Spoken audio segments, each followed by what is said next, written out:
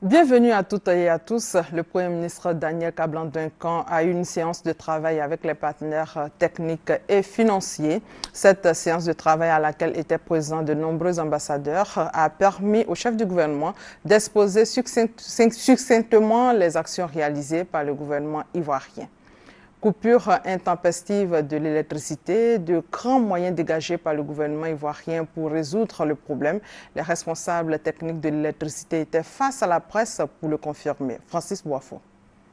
Face à la presse, le directeur général adjoint chargé de la distribution de l'électricité de la compagnie ivoirienne d'électricité CIE s'est voulu clair sur les raisons à l'origine des coupures intempestives d'électricité dans les ménages. D'abord, il y a la limite de capacité de certains ouvrages qui sont atteints.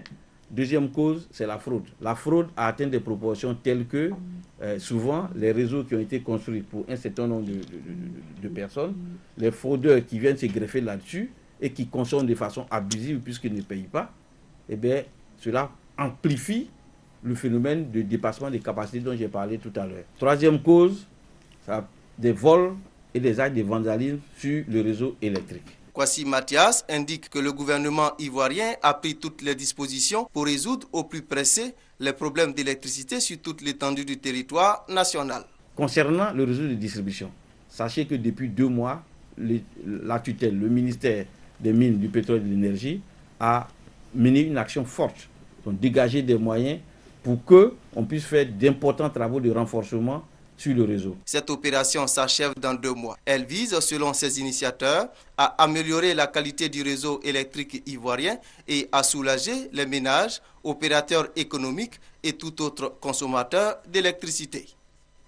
Le gouvernement accroît les capacités de communication en Côte d'Ivoire avec le renforcement du réseau national de haut débit de fibre optique long de 6700 km. Ce projet va couvrir tout le pays. Le ministre de la Poste, des Techniques de l'Information et de la Communication, Bruno Koné, a effectué une visite des chantiers à Thiébissou et à Didiévi.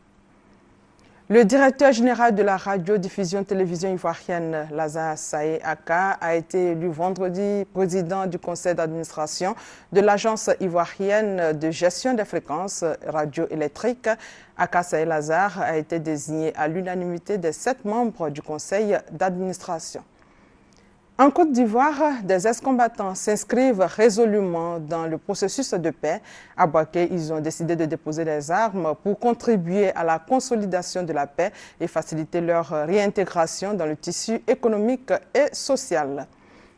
Et puis, hors de nos frontières, crise au Mali, le Bénin offre l'asile politique au putschiste Amadou Sanogo. En France, le président Hollande promulgue le mariage pour tous.